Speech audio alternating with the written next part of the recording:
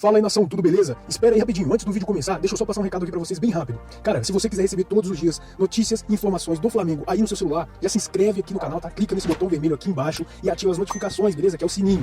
Nação, por favor, dá essa moral aqui pra nós, que você não vai se arrepender, beleza? E também, já deixa o like aí no vídeo, porque isso vai ajudar muito, o nosso canal tá crescendo cada vez mais, tá? E vai estar me motivando a trazer tudo sobre o Mengão aqui pra vocês todos os dias. Beleza, nação? Então é isso aí, conto muito com o apoio de vocês, um forte abraço e fique com o vídeo aí. Já, a gente vai falar mais de Flamengo aqui, mas eu vou liberar os meninos.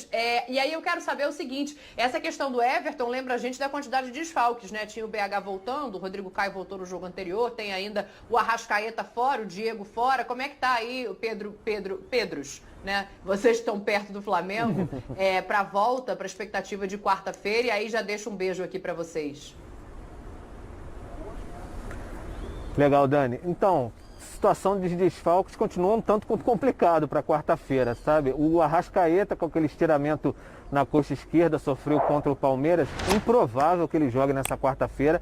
Vai passar por uma reavaliação ainda. Até quarta-feira, o Flamengo vai tentar recuperar o jogador, de repente de forma milagrosa ainda, mas não é o estilo Renato Gaúcho de trabalhar, né? Ele até falou depois na coletiva de ontem, assim, que não é o último jogo do ano, não vale arriscar e de repente perder o jogador por mais 5, 6 jogos. É a linha do Renato Gaúcho de pensar. Então isso vale de repente até para o Davi Luiz estrear também, ainda está se recondicionando.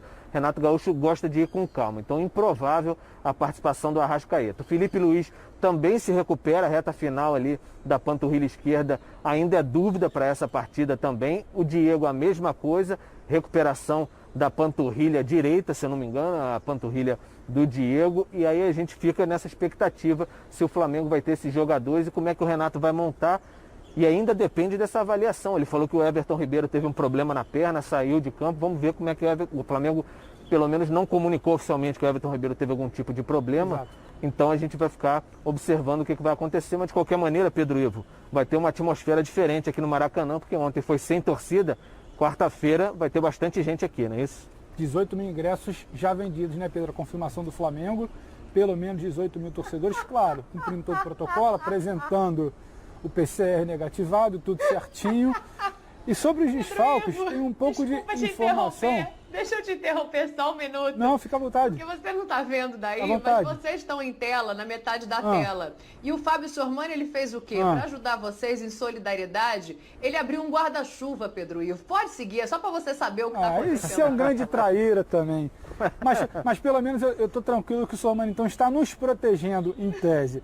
Agora falando sério, ou nem tão sério assim, dos desfalques, o que eu vejo é um pouco de informação e um pouco de feeling a partir da interpretação do que o Renato falou ontem. O Davi Luiz dificilmente vai ser atropelado esse processo de condicionamento dele para um jogo. O Felipe Luiz, acho que a resposta começa a ser dada hoje no treino da tarde, com os atletas que não participaram no jogo de ontem. E o Arrascaeta numa situação um pouco mais complicada. E quando a gente fala que não está tudo errado no time do Flamengo, não está, tudo bem. Mas a gente pontua algo que não foi notado apenas no jogo de ontem. Foi notado nos últimos jogos. O Flamengo, como espaço e velocidade, é um time. O Flamengo, quando o outro time baixa suas linhas, dá campo, o Flamengo com a bola não é mais o Flamengo de antes, que criava, era intenso, achava espaço. O Flamengo de hoje não está achando espaços. E acho que é muito mais por isso. E como disse o Sormani lá no início do programa, a sensação de que o pé não está pisando tão fundo no brasileiro, não depender mais de si, a distância aumentando, enquanto um concorrente direto como o Atlético está pisando fundo sim, fazendo seus resultados, acho que é isso que liga o alerta. Não é simplesmente o caos por conta de um resultado.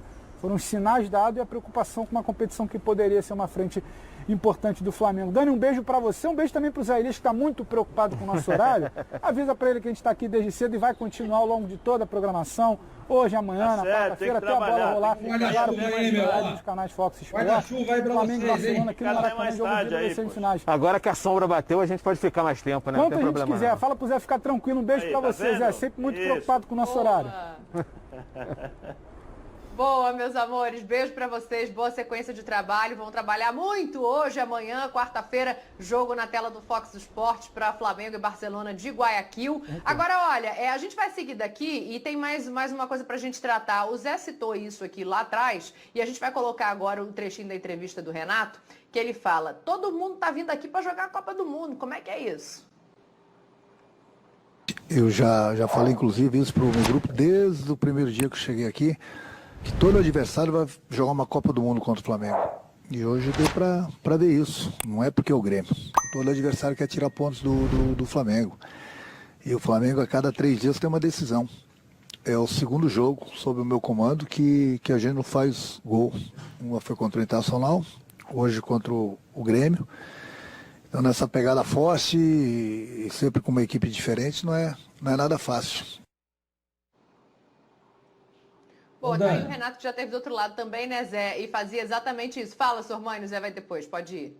Não, é aquela questão, né, vamos fazer aí uma analogia com o tênis, né? O sujeito está brigando, o moço ou a moça, né, o menino ou a menina, o homem ou a mulher, para chegar lá no topo do ranking.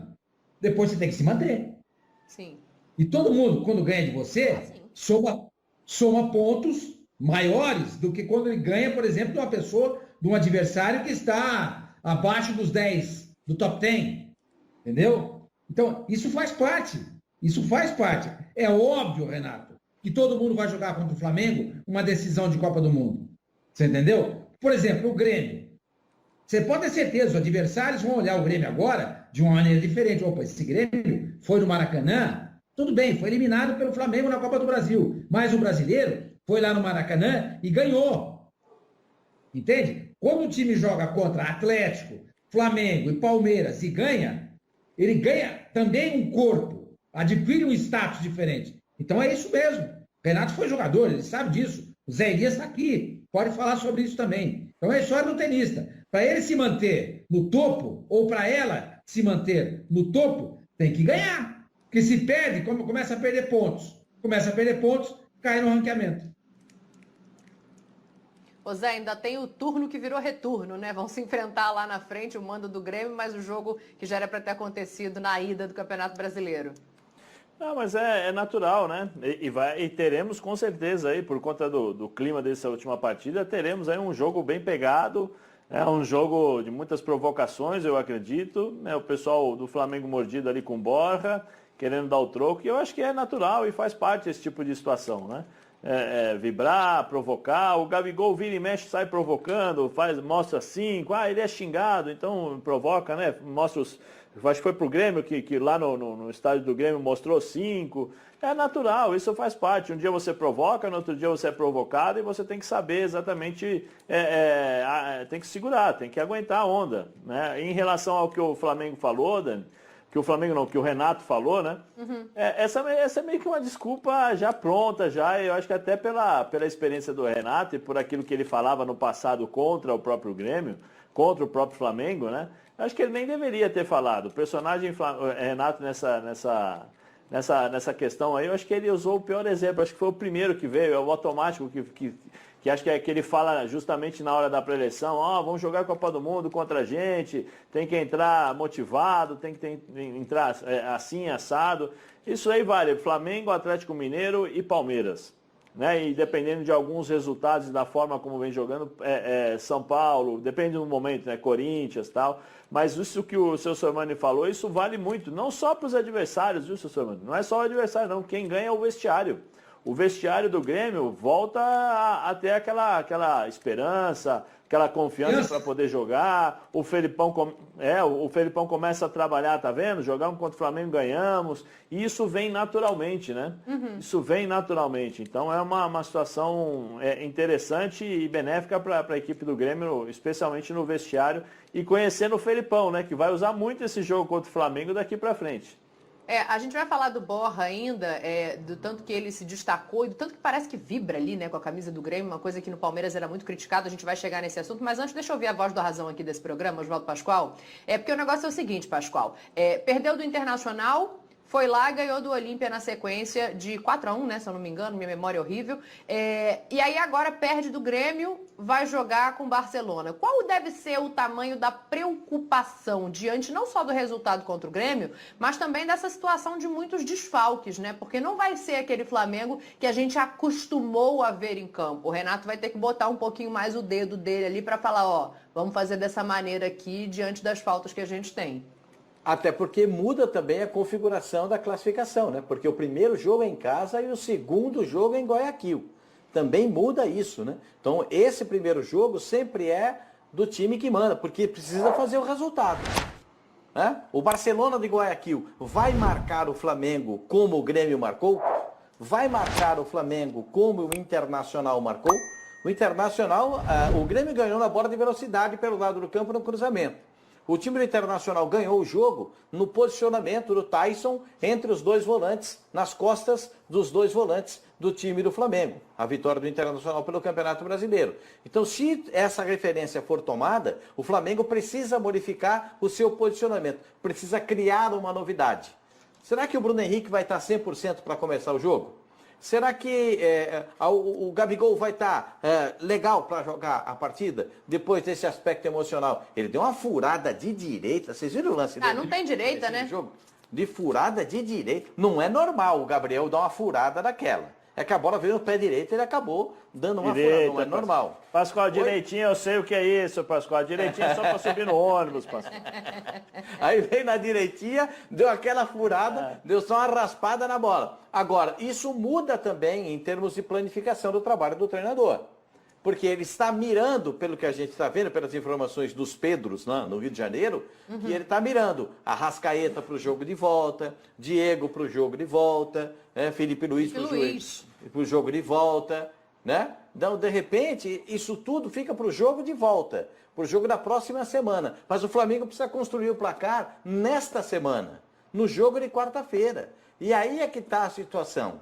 Agora, o Flamengo não gosta de time que faz essa marcação compacta no meio campo e tem um time bem compactado atrás. Não gosta. E não gosta também de time que marca individualmente, de time que tem pegada, chegada. O Thiago Santos deu cada levantada. O Atlético gosta disso, hein, Pascoal? Santos, Pascoal? Sim. O Cuca adora individualizar a marcação em alguns jogadores. Você pode ter certeza. Quando eles forem se enfrentar, o Arrascaeta não vai dar nenhum passo no campo sem o olhar de algum jogador do Atlético Mineiro. Sem que o Jair esteja por perto, né? Sem que o Jair esteja por perto, né? Ou sem que o Alan esteja por perto de um outro jogador da armação, né? Como o Everton Ribeiro, por exemplo, que são características desses jogadores. Eles sabem jogar, mas também sabem marcar. Essa é a diferença do Atlético Mineiro. Então eu acho que o Flamengo tem que dar essas respostas na próxima partida. Porque esse jogo contra o Grêmio, isso aí já passou. Serve como referência para o adversário e serve como referência para o Renato. Ele precisa criar fatos novos com os jogadores que tem. Ele tem cada jogador que pode criar fato novo. Isso a gente tem que admitir. Então ele precisa dar essa satisfação, esse passo adiante com a torcida. É que o Flamengo não foi o malvadão. E quando não é o malvadão? A torcida fica encasquetada, mas eu acho que a torcida do Flamengo ainda está confiante, pelo menos para Libertadores, né? Porque foi um jogo, um resultado adverso, apesar dos desfalques. A ver. Agora,